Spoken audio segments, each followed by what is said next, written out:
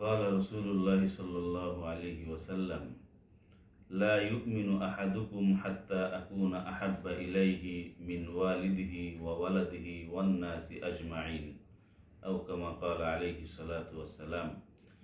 আল্লাহ রসুল সাল্লাল্লাহু আলাইহি ওয়াসাল্লাম ইরশাদ করেন, তোমাদের মধ্যে কোনো ব্যক্তি ততক্ষণ পর্যন্ত প্রকৃত ঈমানদার হতে পারবে না যতক্ষণ না আমি নবী তার কাছে তার মা বাবা, সন্তান সন্ততি, এমনকি জগতের যত মানুষ আছে সমস্ত মানুষের চেয়ে বেশি আমাকে না ভালোবাসবে।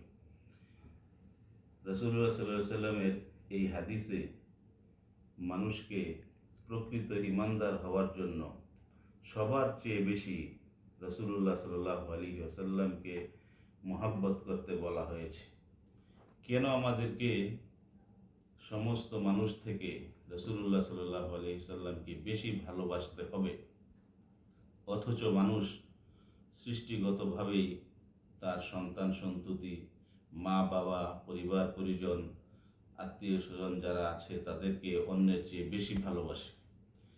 রাসূলুল্লাহ সাল্লাল্লাহু আলাইহি ওয়াসাল্লামকে সবচেয়ে বেশি ভালোবাসার কারণ হচ্ছে তিনি আমাদেরকে সবচেয়ে বেশি ভালোবাসেন।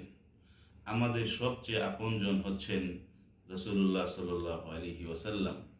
কোনো ব্যক্তি তার নিজেকে যতটুকু ভালোবাসে রাসূলুল্লাহ সাল্লাল্লাহু আলাইহি ওয়াসাল্লাম ওই ব্যক্তিকে তার নিজের চেয়েও বেশি ভালোবাসেন। সেজন্য কিয়ামতের ময়দানে মানুষ যখন মহা বিপদে পড়বে, তখন সমস্ত মানুষ যখন নিজেকে নিয়েই ব্যস্ত থাকবে, মানুষ যখন তার সন্তানের কথা ভুলে যাবে, মা সন্তানকে ভুলে যাবে, সন্তান মা বাবাকে ভুলে যাবে, অন্তরঙ্গ বন্ধু যেদিন একে অপরকে চিনবে না, সেই দিন যিনি আমাদেরকে এই মহা মুসিবত থেকে উদ্ধার করবেন তিনি হচ্ছেন মুহাম্মদুর রাসূলুল্লাহ সাল্লাল্লাহু আলাইহি ওয়াসাল্লাম। সেই দিন সমস্ত মানুষ শুধু রব্বি নফসি রব্বি নফসি এই কথা বলবে।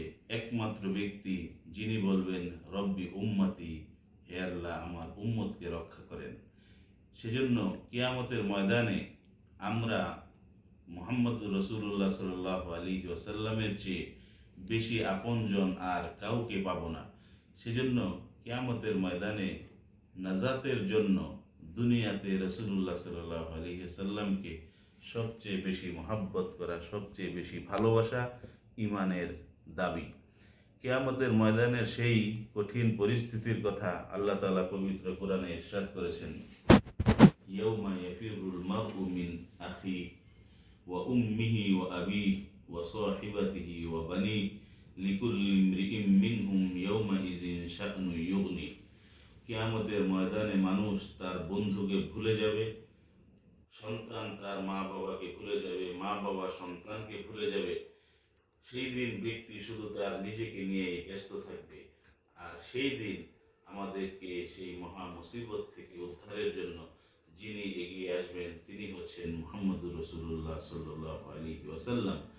আর এই জন্যই আমাদের প্রত্যেকেরই উচিত নিজের জীবনের চেয়েও মুহাম্মদুর রাসূলুল্লাহ সাল্লাল্লাহু আলাইহি ওয়াসাল্লামকে বেশি মহব্বত করা, ভালোবাসা, এবং সেই মহব্বত ও ভালোবাসার দাবি অনুযায়ী নিজেদের জীবন রাসূলুল্লাহ সাল্লাল্লাহু আলাইহি ওয়াসাল্লামের সিরা এবং সুন্নাহ অনুযায়ী নিজেদের জীবনকে পরিচালনা করা।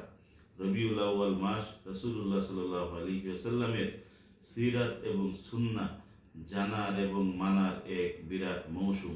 তাই আসুন আমরা সকলেই এই রবিউল আউয়াল মাসে বেশি বেশি রাসূলুল্লাহ সাল্লাল্লাহু আলাইহি ওয়াসাল্লামের সিরাত এবং সুন্নাহ সম্পর্কে জানি এবং নিজেদের জীবনে সেগুলোকে বাস্তবায়ন করার, আমল করার চেষ্টা করি, যেন আমরা প্রকৃত অর্থে রসুলকে ভালোবাসি এবং মহব্বত করতে পারি, এবং রসুলও যেন মহব্বত করে ভালোবেসে কিয়ামতের ময়দানে আমাদেরকে নাজাতের ব্যবস্থা করেন, শাফায়াত করেন।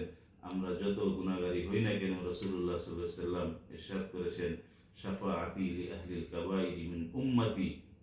রাসূলুল্লাহ সাল্লাল্লাহু আলাইহি ওয়াসাল্লাম আমাদেরকে কবিরা গুনাহগার উম্মতদেরকেও শাফায়াত করে জান্নাতে নিয়ে যাওয়ার ব্যবস্থা করবেন। আল্লাহ তাআলা আমাদেরকে তৌফিক দান করেন।